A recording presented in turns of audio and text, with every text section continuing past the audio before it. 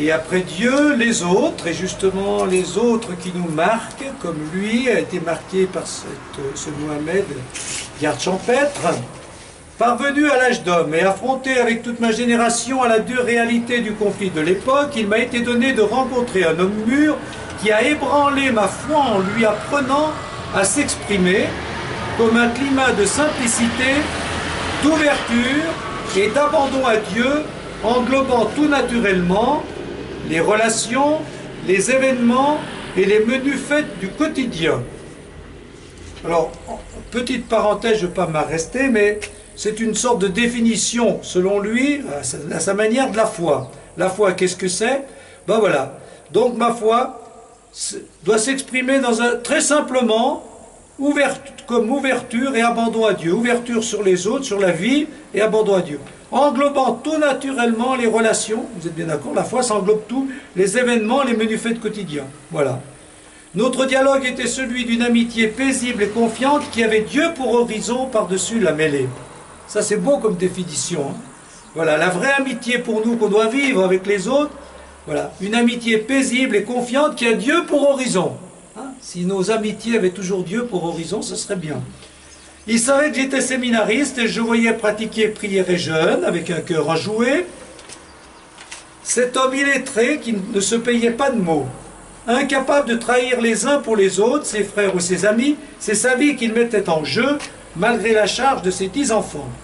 Il devait concrètement exprimer ce don en cherchant à protéger, dans un accrochage avec ses frères, un ami plus exposé que lui. Donc, il raconte ce qui s'est passé. Hein. Dans le sang de cet ami, j'ai su que mon appel à suivre le Christ devait trouver à se vivre, tôt ou tard, dans le pays même où m'avait été donné le gage de l'amour le plus grand. Donc voilà, il voit dans ce sacrifice de cet homme pour lui le signe d'un appel de Dieu pour qu'il soit lui-même, qu'il se donne lui-même dans ce pays-là où il a vécu cette rencontre. Le sacrifice de Mohamed actualise pour lui le sacrifice du Christ. Il est eucharistique, car l'Eucharistie, c'est le Christ qui donne sa vie pour vous et pour la multitude. Mohamed fait partie de ceux à qui le Christ a donné sa vie et par qui le Christ continue de la donner à tous. En même temps, le Christ s'appelle Christian par Mohamed, à devenir un priant parmi les priants, à choisir la vocation monastique, c'est ce qu'on a dit, et une vocation monastique d'ouverture et de partage et non de conquête prosélyte. Le Christ appelle par un musulman. Donc j'ai lu vite, il y a plusieurs choses déjà là-dedans, et ça, voilà. Donc, son appel, sa vocation, passe par quelqu'un d'extérieur, et quelqu'un d'extérieur qui n'a pas la même foi. Notre vocation, quelle qu'elle soit, passe souvent par les autres, et ça peut passer par quelqu'un qui ne partage pas la même foi. On se sent appelé par Dieu, comme lui, par ce Mohamed, ça peut être nous par d'autres. Donc ça, c'est une première chose.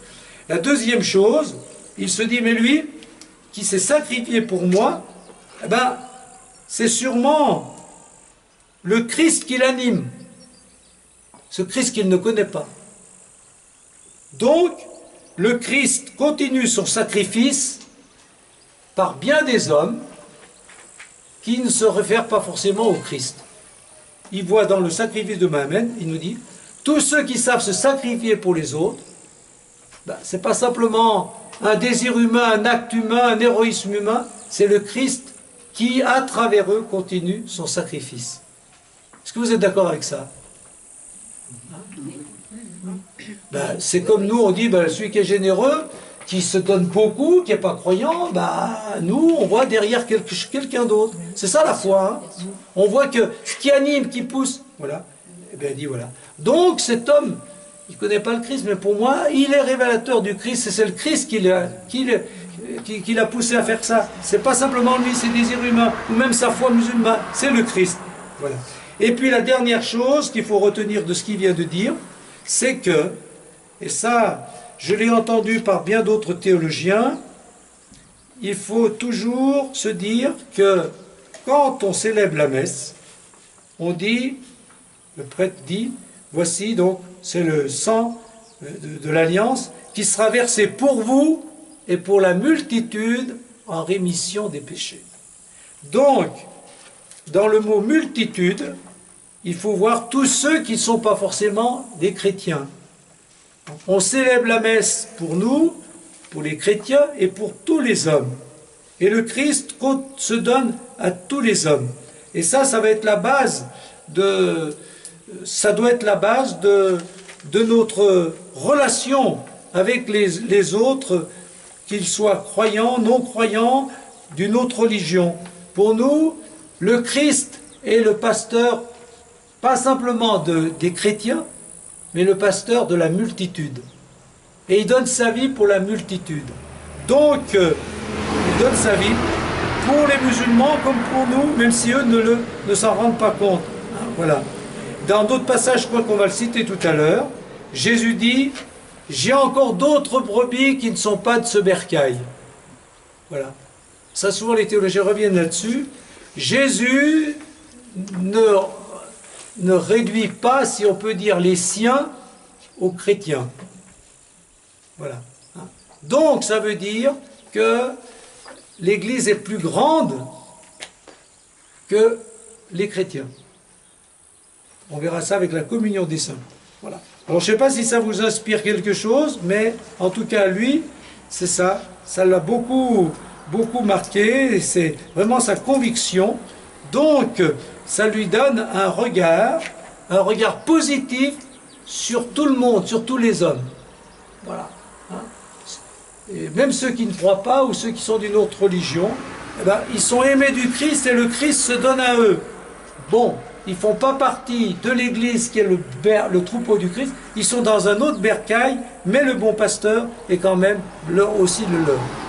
Est-ce que ça, vous comprenez ça, hein? Donc ça veut dire qu'il nous faut avoir une grande ouverture d'esprit sur les autres. Au nom de notre foi.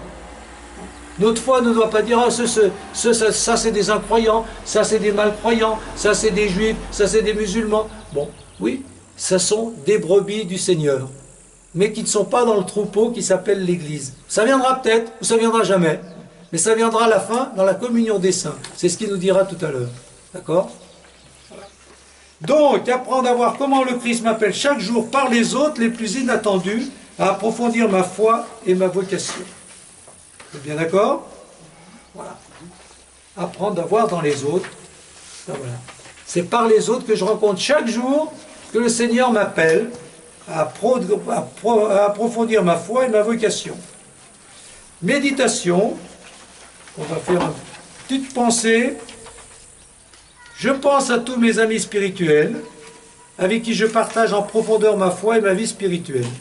On a tous des Mohamed, je pense, des gens avec qui on peut partager la foi d'une manière régulière, dans une équipe, dans des relations personnelles, et on a besoin de ça. On a besoin de rencontres personnelles avec le Christ, on a besoin de la communauté, mais on a besoin, comme Jésus lui-même, il avait les apôtres, c'était ses amis, et puis Pierre, Jacques et Jean. Donc, on a besoin aussi de partager plus avec certains. Il y a des affinités qu'on n'a pas avec tout le monde, on est ainsi fait. Donc, Jésus lui-même a connu ça. Donc, je pense à tous ces amis spirituels avec qui je partage en profondeur. Je remercie Dieu pour tous les moments de partage en profondeur avec eux. Alors, des partages de la parole de Dieu, des événements, de la vie, des efforts de vie, de toutes les questions. Voilà. Donc, pensez et priez pour eux, petit temps, qui sont telle personne, tel petit groupe, qui sont ceux qui sont vos Mohamed, c'est-à-dire vos amis spirituels avec qui vous pouvez plus partager en profondeur, comme Jésus partage plus, c'est la transfiguration avec Pierre, Jacques et Jean.